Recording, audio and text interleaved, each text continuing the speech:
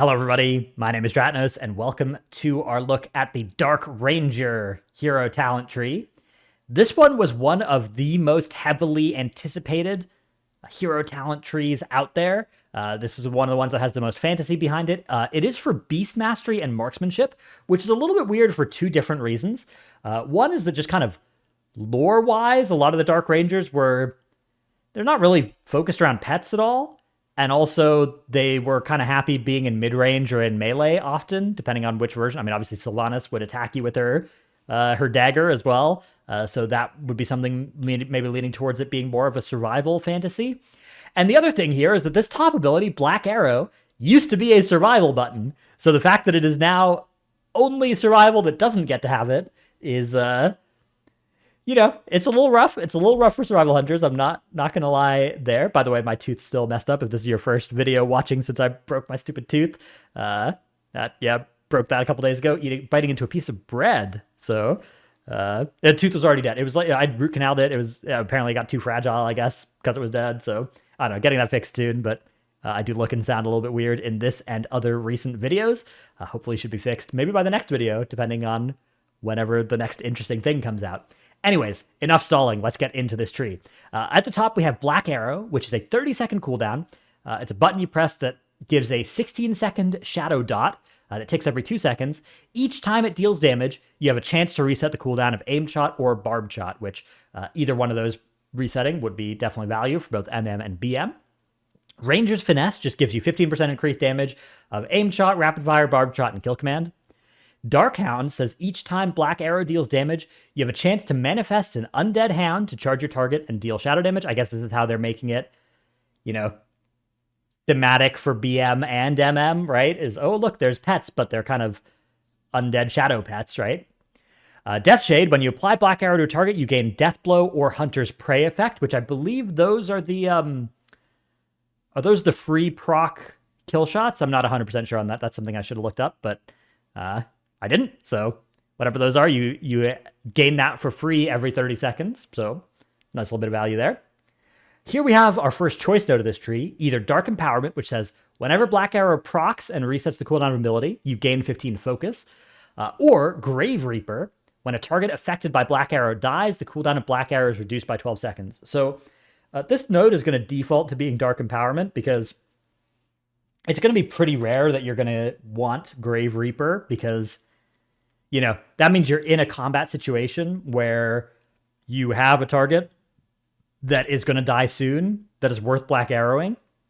There are some cases like this, right? Sometimes a priority ad spawns, you're going to want to Black Arrow it, it's going to die as fast as possible, but it'll probably need to die in like exactly 12 to 16 seconds. And honestly, even if it's in that range, like, it's a disaster if it dies in 17 seconds and your Black Arrow has fallen off the target. And it's kind of a disaster if it dies in like 6 seconds, right? Because if it dies in 6 seconds after you Black Arrowed it, you're still paying a 18-second cooldown on your Black Arrow there. Like, that's a bit of a disaster. I guess you're getting an extra Death Shade proc, sort of. But it's not even like an extra one, right? It's like a third of an extra one because you're only getting a little bit more than a third of the cooldown off of Black Arrow. So Grave Reaper, I think, will be very niche. Dark Empowerment, I think, is certainly going to be the default one here.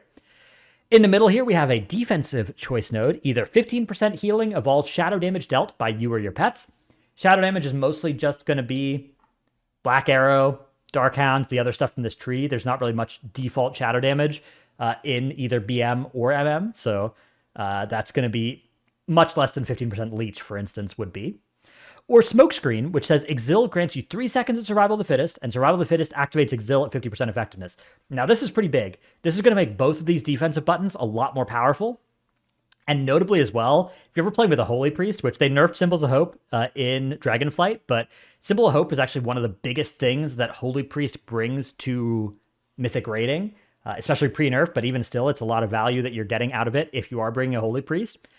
And Symbol of Hope always reduced Exil for Hunters, which Hunters and Rogues were like two classes that didn't get a damage reduction effect reduced by Symbols of Hope. But now if you're taking Smok Screen, you actually do get a full value Survival of the Fittest in terms of the percent effectiveness. You're getting less duration of it, but if your goal is to live a big damage bang, right? Like the jailer is smacking everybody with some something that does a bunch of damage, and hunters are the ones in danger of dying, which was the case there. That wouldn't be the case now because hunters are just baseline a lot tankier than they were in that expansion. But a big problem with playing hunters on that fight was that you were pressing Symbol of Hope a lot on that fight. You were getting a lot of extra bark skins, but getting extra exils didn't help you with surviving at all on that fight as a hunter, really. So now it would if you are in a situation like that. Hunters just defensively are much stronger than they were in pre-Dragonflight as well, but this is still a very powerful little effect here for, giving you just a huge amount of... Because also, I mean, Survival of the Fittest giving you a free 50% of an exil is also a lot of value, right? You press Survival at 60% health, and it boosts you up to, 75% health or something. That's a lot. That's a lot of extra effective health as well, right then, if you happen to not be topped when you press your defensive. So, yeah, very powerful effect here. Dark Chains says... Disengage will chain the closest target to the ground, causing them to move 40% slower until they move 8 yards away. So kind of entangling Mythic Plus affixes them. Not something you're really ever going to see much use of in PvE, but certainly I expect something that will be annoying for chasing hunters in PvP. I think that's the main thing that this is aimed at. We have Intense Darkness over here, which says, when True Shot or Call of the Wild is active, Black Arrow deals damage 50% faster. Now, this is going to lead to a little bit more of a piano effect, where dealing damage faster means you're going to get your procs of Aim Shot and Barb Shot much quicker at the start of your True Shot or Call of the Wild. But also your Black Arrow is just going to be over faster as well, right? It's not going to deal more damage. It's just going to deal its damage over 8 seconds instead of 16. So that is going to be actually... I feel like this button might actually be kind of bad in some spots. Like, especially your True Shot would last for the full Black Arrow duration anyways, which I think it does. You're just going to be getting, like, you might be front loading your free procs at the start of your True Shot and the start of your Call of the Wild when you actually already have a bunch of stuff to do, right?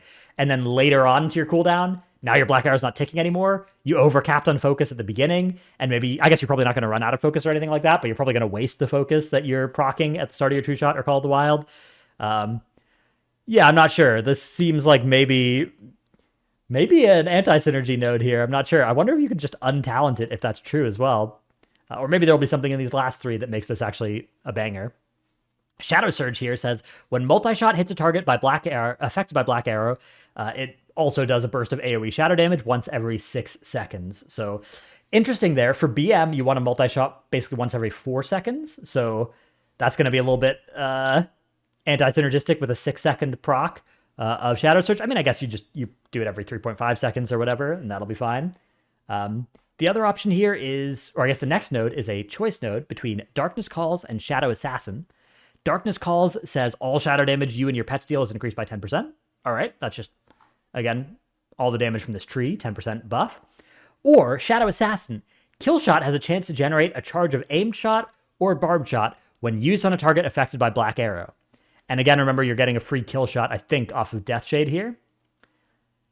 Now, again, note that this is an anti-synergy with Intense Darkness, right? Like, if your Black Arrow... Oh, 50% faster, so I guess it's going to be over in 12 seconds, not 6 or not 8, but still, you're getting less time of Black Arrow on the target, so you're going to have some kill shots that will be on a target that isn't affected by Black Arrow because you were in your cooldowns and your Black Arrow has expired, right?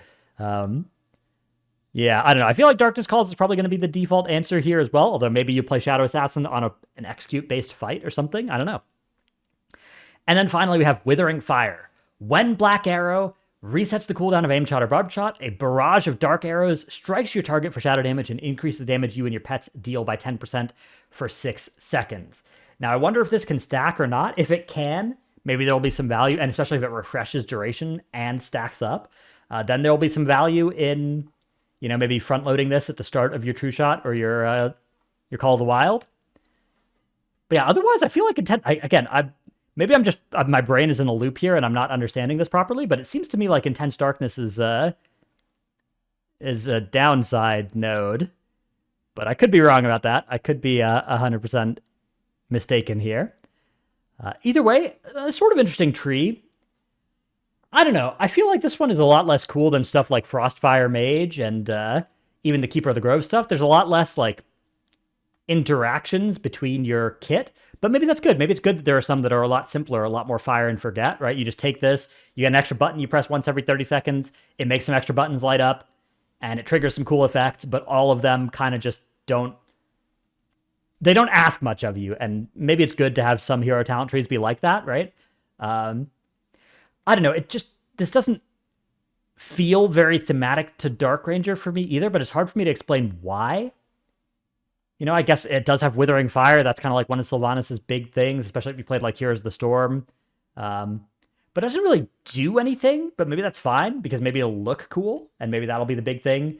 You know, if you have shadow versions of you shooting out extra arrows and cool looking shadow hounds, like if they nail the visuals on this, then maybe that will make it feel great regardless, right? That'd be cool. But yeah, I don't know.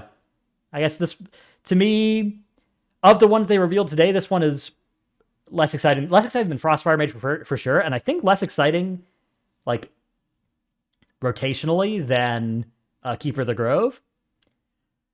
But yeah, I mean, maybe it's really good actually to have some be lower complexity in terms of how much they interact with your rotation. So yeah, I know. And the other concern, I guess, is of course the potential anti-synergy with Intense Darkness, which I might be completely wrong about. I might be just completely making stuff up. Let me know what you think of this hero talent tree down in the comments below. Hope you've enjoyed this video. Thank you so much for watching. See you in the next one. Bye.